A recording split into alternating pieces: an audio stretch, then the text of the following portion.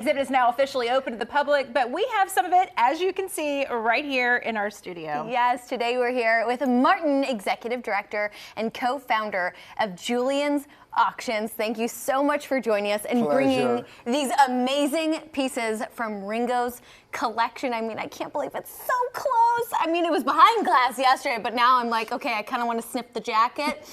You got to tell us all about this incredible exhibit. And you guys were having fun with Ringo yesterday, and he was saying all these items were in various storage places, even chicken coops, if you will. Oh, wow. And now suddenly they're on display at the Musicians Hall of Fame and Museum here in Nashville for a year.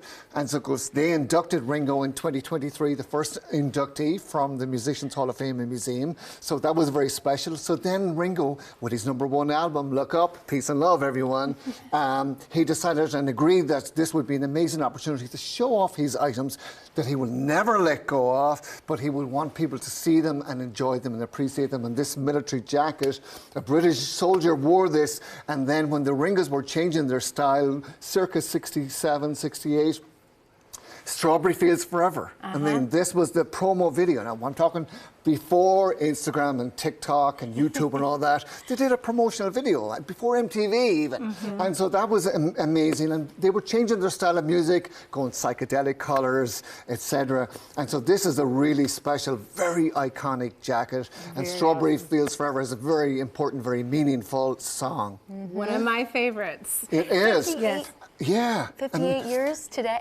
this month? This month, in February, exactly, 58 years ago. So that's incredible. 1967, February 67, when this was released, Strawberry Fields were as a single. So that's amazing. The boots. One of so their the signatures. Beatles, you always heard of suited and booted. So Brian Epstein was a young manager for the Beatles, died tragically young, and maybe that was the reason why the Beatles didn't go on.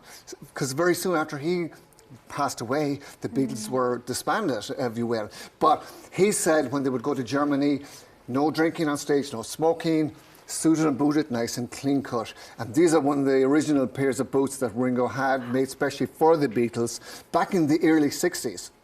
And so Ringo held on to these again because this speaks to the legacy and the history and the hard work of being a Beatle and how they became so famous.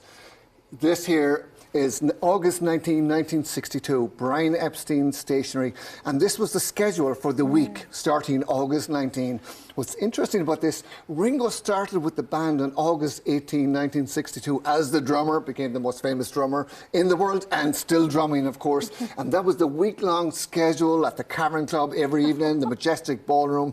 So he had one day with the Beatles and then he was right into it, performing and just beating. And as he said to us yesterday, he just loves to play music, and here's, you know, a set of drumsticks, Ringo Starr. I mean, this is what made him, this and the beat of music, which is incredible. All of this documented, of course, in these books. He did this book with Julien's because we do publish books and we do exhibitions and we do auctions because we're the auction house to the stars.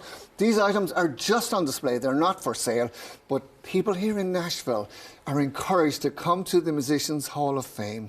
You saw it yesterday. It's magical, it's special. You can even walk on Abbey Road. They have the pedestrian crossing. They have the suit that Ringo wore when he walked across that crossing, that very famous photo. Very special. So the book lifted. Ringo did this during COVID. This was a project for him. Now, Ringo is going to be 85 in July. Unreal. Can you believe it? He He's looks great. incredible, so much energy. And one of the most proud achievements will be when he performs at the Grand Ole Opry on Friday. So, I mean, incredible. You heard him speak about that yesterday. This man has done everything. But the one thing that he wants to do, and he's invited and he's going to do it, is perform at the Grand Ole Opry. And that's really special. That was very touching to hear him. You think that man has done everything. What would excite somebody like Ringo Starr? And he is so excited because you all have something special here in Nashville. This is the home of music. And this is important for him. With his Look Up, his #1 album now, country music, it was very special. He's such an icon, and his face definitely lit up about the Grand Ole Opry performance. And I love that this book that you all are selling also goes back to his mission in supporting charitable causes. Yeah, Beats and Treads, and that's the actual name of the exhibition at the museum here, Musicians Hall of Fame Museum in downtown Nashville. And so all of the proceeds of the sale of the books, they're on sale at the museum and also online at Julien's Auctions. goes to the Lotus Foundation, which is a charity for Ringo, Starr and his wife Barbara Bach, lovely Barbara.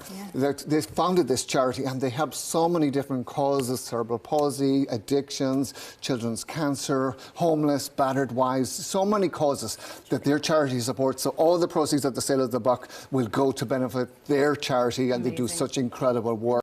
But this is amazing. I'm so happy that you guys were there. We had fun yesterday. And Ringo loved you. I saw him laughing. Yes. And thank you for joining us today. Yes. Thank you so much. So happy to be here. Yes. Guys, tickets to the Beats and Threads exhibit are available for purchase at musicianshall-of-fame.com. Thanks to Julien's Auctions, all this has been made possible. Check out their pop culture collections at juliensauctions.com.